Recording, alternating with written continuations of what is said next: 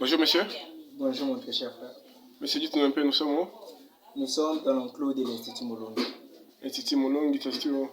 Ça se situe sur l'avenue de l'hôpital, numéro 1 bis, au quartier 7 de la commune d'Edjil, juste en diagonale avec le parquet maison communale d'Edjil. Merci infiniment monsieur. Nous sommes là aujourd'hui. Nous tous savons très bien que c'est la fin de l'année scolaire saison 2021-2022. Et c'est quoi vos impressions? Notre impression a été toujours géniale. Comme on dit, mieux vaut la fin d'une chose que son commencement. L'année avait débuté avec beaucoup d'embûches, beaucoup d'obstacles qui ont tenté de freiner même le fonctionnement de l'appareil scolaire. Mais en collaboration avec les parents et les élèves, nous avons pu y surmonter. Et quels sont les côtés négatifs et positifs que vous avez à rencontrer durant cette année? Bon, les parties positives ne manquent jamais. Il y avait nombreux de ces parties. Il y avait en premier lieu difficultés financières. Au début de l'année, les parents n'avaient plus vraiment l'argent, vu qu'il y avait vraiment dégradation sur en ce qui concerne la conception ou le fait de concevoir l'argent. Nous, l'école privée, nous fonctionnons dans ses revenus. Alors, s'il n'y a pas d'argent, ne fonctionne pas vraiment. Mais avec le temps, on a essayé de comprendre les parents, d'abord enseigner et puis recevoir l'argent après. C'est ça qui nous a aidé de fonctionner plus. On sait très bien que ça a été une année très difficile avec la COVID-19, le Covid-19 et qui a eu un peu emballé le monde. Ouais. Et vous aussi, de votre côté, comment vous avez eu à faire pour gérer toutes ces genres de choses-là? Bon, je pense que ça a été un problème mondial, international, que le Covid-19 a pu ravager. Mais ici, comme nous respections les gestes et barrières, et nous les respectons toujours, c'est une mesure qui nous a aidé vraiment à abattre ces phénomènes et à se tenir debout jusqu'en ce moment où nous sommes. Merci beaucoup. Et nous avons vu dernièrement que le finaliste de la 6e année ont y a présenté leur examen. Et comment ça s'est déroulé ici chez vous?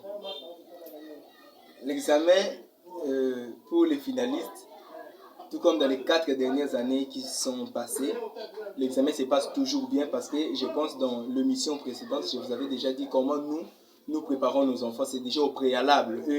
L'examen d'État n'est qu'une formalité. Nous nous entraînons sur les grilles électroniques, les grilles des réponses console. Avec leur intelligence acquise, ils arrivent directement à décortiquer les vraies réponses. Et c'est très bien passé avec l'ambiance et surtout dans le silence tellement apaisé avec le calme parce que nous attendons maintenant les résultats.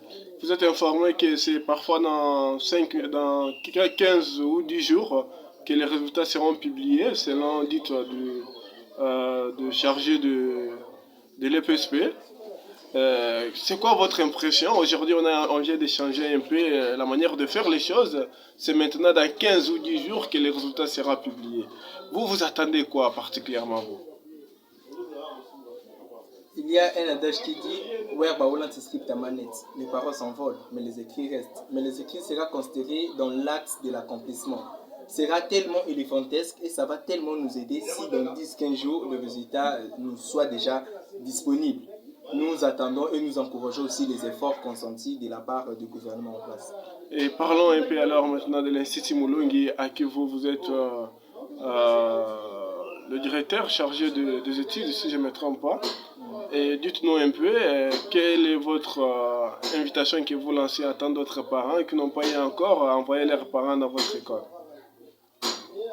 Bon, nous faisons appel à tous les parents, surtout les parents consciencieux, les parents qui n'ont pas vraiment assez d'argent pour faire scolariser leurs enfants. Nous connaissons tous que l'enseignement partout ailleurs, surtout dans les écoles privées, commence à voir trop sur le plan financier. Mais nous, l'Institut Molongi, nous favorisons les parents. Nous voyons d'abord l'enseignement en premier lieu et le frais viendra juste pour compléter parce que c'est aussi parmi les axes. C'est ça pour laquelle nous faisons appel à tous les parents de nous faire confiance, de nous confier leurs enfants pour qu'ils soient sous notre tutelle. Nous sommes jusqu'ici, nous fonctionnons comme C7 et nous désirons vraiment encadrer leurs enfants afin qu'ils soient valables, viables et fiables et acceptables dans la société où nous nous sommes retrouvés. Et qu'est-ce que vous assurez à tous notre parents là qui vous suit dans ce moment?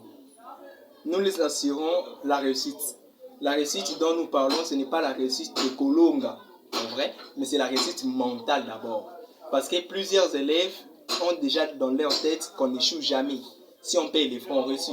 Mais ici, chez nous, d'abord, c'est l'enseignement. La qualité, on dit non scolaire, c'est nous n'étudions pas pour l'école, mais pour la vie. Et nous sommes là pour aider les parents aussi à maintenir l'éducation de leurs enfants. Nous sommes parmi les axes d'angle de l'éducation des bases. Alors, si les parents confient leurs enfants dans une mauvaise école, sachez-les que l'éducation aussi sera bafouée. Alors, nous leur demandons de nous faire confiance quant à ça. Et dernière question, c'est quoi la curiosité de votre école qui est Institut Molong? Notre Institut Molong se spécifie des autres écoles par son objectif qui est tellement imminent. Son objectif est d'abord l'encadrement, la formation et surtout la réussite des élèves. C'est ça notre particularité. Et c'est quoi votre dernier mot? Les derniers mots n'existent pas chez nous parce qu'à chaque moment nous allons toujours commencer à parler. Mais comme je peux dire pour clôturer cette émission aux caricatures, nous disons merci à tous les parents qui nous ont confié leurs enfants du début de l'année jusqu'en ce moment. Et nous lui disons encore une fois de plus merci de la confiance qu'ils nous ont fait, malgré tant de difficultés qui étaient venues. Parce que là où il y a des hommes, les difficultés ne manquent jamais. Mais nous avions fait preuve de cette responsabilité-là et nous n'avions pas abusé. Et nous les disons encore merci. Et merci à ceux qui nous feront encore cette confiance-là, de nous a confié le leur, afin que nous marchions en bonté et beauté. Nous vous disons merci infiniment, monsieur. Merci à vous aussi.